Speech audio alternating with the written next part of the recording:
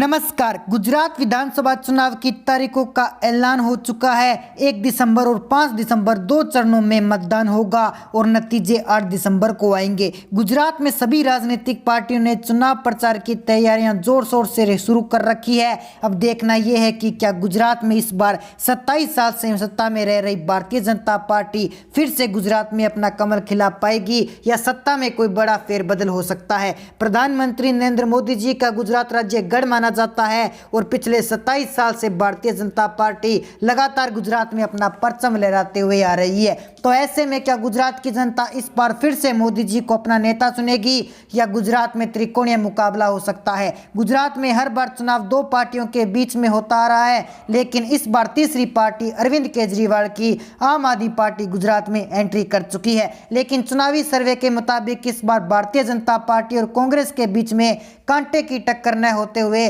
BJP और आम आदमी पार्टी में सत्ता की लड़ाई हो सकती है, क्योंकि आम आदमी पार्टी के संयोजक अरविंद केजरीवाल दिल्ली और पंजाब वाला दाम गुजरात में चलते हुए दिखाई दे रहे हैं। तो दोस्तों, ऐसे में आपकी जो भी राय है वो आप हमें कमेंट सेक्शन में जरूर बता सकते हैं। और गुजरात की 182 सीटों का ओपिनियन पोल देखने के लिए आप देखिए हमारी स्पेशल रिपोर्ट। चलिए दोस्तों, शुरुआत करते हैं गुजरात के 182 सीटों का आंकड़ा। सबसे पहले जिला हमारे पास आता है महिसागर। महिसागर की कुल 3 विधानसभा सीटें हैं, जिसमें से भाजपा के खाते में यहां पर 1 सीट जा रही है। अगर हम आम आदमी पार्टी की बात करें तो यहां पर आम आदमी पार्टी को 0 सीट मिल रही है। यहीं पर कांग्रेस को 2 सीटों पर लाभ होता हुआ दिखाई दे रहा है। अगले जिले बनासकांठा की बात की जाए तो बनासकांठा की कुल 9 विधानसभा सीटें हैं, जिसमें से भाजपा के खाते में 5 सीटें आ रही है, आम आदमी पार्टी के 1 सीट और कांग्रेस के खाते में यहां पर 3 सीटें जाती हुई दिखाई दे रही है। बढ़ते हैं अगले जिले की ओर।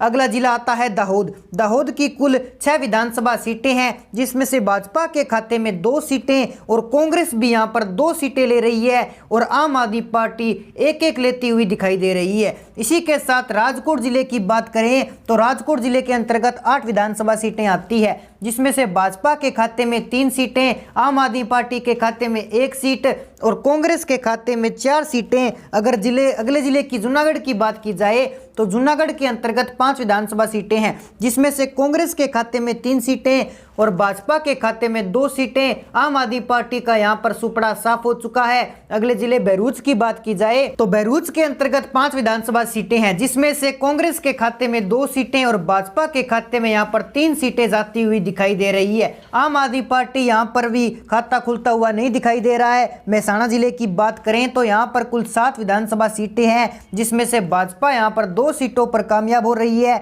और कांग्रेस यहां पर 4 सीटें ले रही है, जबकि आम आदमी पार्टी यहां पर अपना खाता खोलती हुई 1 सीट हासिल कर रही है। बढ़ते हैं अगले जिले की ओर। अमरेली की कुल 5 विधानसभा सीटें हैं, जिसमें से भाजपा के खाते में 2 सीटें, कांग्रेस यहां पर 3 सीटें लेती हुई दिखाई दे रही है, जबकि आम आदमी पार्टी यहां पर 0 सीट हासिल कर रही है। गांधीनगर की बात करें तो यहां पर 5 विधानसभा सीटें हैं, जिसमें से भाजपा के खाते में अप्रत्याशी तेज आ रही है और 1 सीट पर कांग्रेस ले रही है। जामनगर की बात करें तो यहां पर 5 विधानसभा सीटें हैं, 5 की 5 सीटें आम आदमी पार्टी के खाते में जा रही है, बाकी अन्य पार्टी को यहां पर कोई भी सीट नहीं हो रही है। अगले जिले नवसारी की बात करें तो यहां पर कुल 4 विधानसभा सीटें हैं, जिसमें से भाजपा के खाते में 3 सीटें जा रही है, आम आदमी पार्टी के खाते में 1 सीट और कांग्रेस यहां पर 0 सीट हासिल कर रही है। अगले जिले सुरेंद्रनगर की बात करें तो सुरेंद्रनगर के अंतर्गत 5 विधानसभा सीटें आती है, जिसमें से भाजपा के खाते में 3 सीटें, कांग्रेस के खाते में 2 सीटें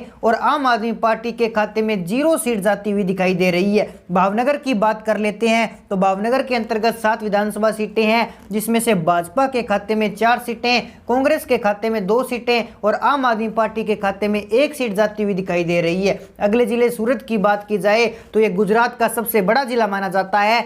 यहाँ की कुल 16 विधानसभा सीटें हैं, जिसमें से भाजपा यहाँ पर 9 सीटें हासिल कर रही है, आम आदमी पार्टी यहाँ पर 2 सीटें और कांग्रेस यहाँ पर 5 सीटें हासिल कर रही है। अगले जिले की ओर बढ़ते हैं मोरबी जिला। मोरबी जिले के अंतर्गत 3 विधानसभा सीटें हैं और यहाँ पर तीनों विधानसभा सीटें इस बार कांग्रेस को जाती हुई दिखाई दे रही है। बाकी बची बात करें आम आदमी पार्टी की यहाँ पर तो सुपड़ा साफ हो चुका है। अगले जिले की बात करें कच्छ जिले के अंतर्गत 6 विधानसभा सीटें हैं, जिसमें से भाजपा के खाते में 3 सीटें, कांग्रेस कांग्रेस के खाते में 2 सीटें, आम आदमी पार्टी के खाते में 1 सीट जाती हुई दिखाई दे रही है। अगले जिले वलसाड की 5 विधानसभा सीटों की बात करें तो यहां पर भाजपा 3 सीटें ले रही है, आम आदमी पार्टी को 2 सीटें और कांग्रेस यहां पर कोई भी सीट लेती हुई दिखाई नहीं दे रही है। आनंद जिले की बात करें तो यहां पर कुल 7 विधानसभा सीटें हैं, जिसमें से भाजपा यहां पर 4 विधानसभा सीटें ले रही है, कांग्रेस यहां पर 3 सीटें ले रही है। आनंद की बात की जाए तो अहमदाबाद की 21 विधानसभा सीटों की और यहां पर चर्चा करें तो बीजेपी को यहां पर 7 सीटें,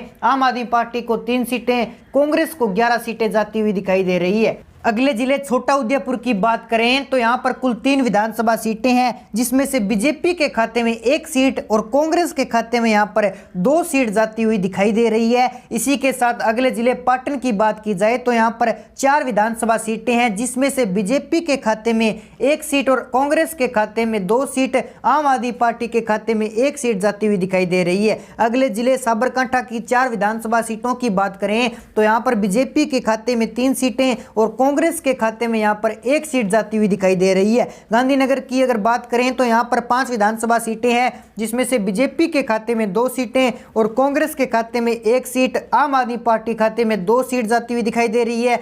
अगर अगले जिले की गिर सोमनाथ की बात करें तो गिर सोमनाथ की 4 विधानसभा सीटों पर चर्चा करें तो बीजेपी के खाते में 3 सीटें, कांग्रेस के खाते में यहां पर 1 सीट जाती हुई दिखाई दे रही है। अगले जिले खेड़ा की 6 विधानसभा सीटों पर एवरेज चर्चा करें तो यहां पर बीजेपी को 4 सीटें जा रही है, जबकि कांग्रेस को यहां पर 2 सीटें जाती हुई दिखाई दे रही है। आम आदमी पार्टी यहां पर कोई भी सीट हासिल नहीं कर पा रही है। अगले जिले की पंचमहल की बात करें तो यहां पर कुल 5 विधानसभा सीटें हैं, जिसमें से बीजेपी के खाते में 2 सीटें और कांग्रेस के खाते में 3 सीटें जा रही है। तो दोस्तों, गुजरात की 182 सीटों की एवरेज चर्चा करें तो गुजरात के अंदर भाजपा को 107 सीटें जा रही है, 130 सीटों पर आंकड़ा आ जाता हुआ दिखाई दे रहा है, यानी कि गुजरात के अंदर भाजपा का 107 से 130 सीटों पर आंकड़ा जाता हुआ दिखाई दे रहा है, जबकि आम आदमी पार्टी यहां पर 62 सीटों का एक रिकॉर्ड तोड़ती हुई दिखाई दे रही है और कांग्रेस यहां पर 11 सीटें लेती हुई दिखाई दे रही है। तो कहा जा सकता है गुजरात के अंदर कांग्रेस का पूरी तरह से सुपड़ा साफ होने वाला है। तो दोस्तों, आप भी अपनी राय हमें कमेंट बॉक्स में जरूर बताएं और साथ ही कर लीजिए हमारे चैनल को सब्सक्राइब। तो मिलते हैं एक नई अपडेट के साथ, तब तक के लिए जय हिंद, जय भारत।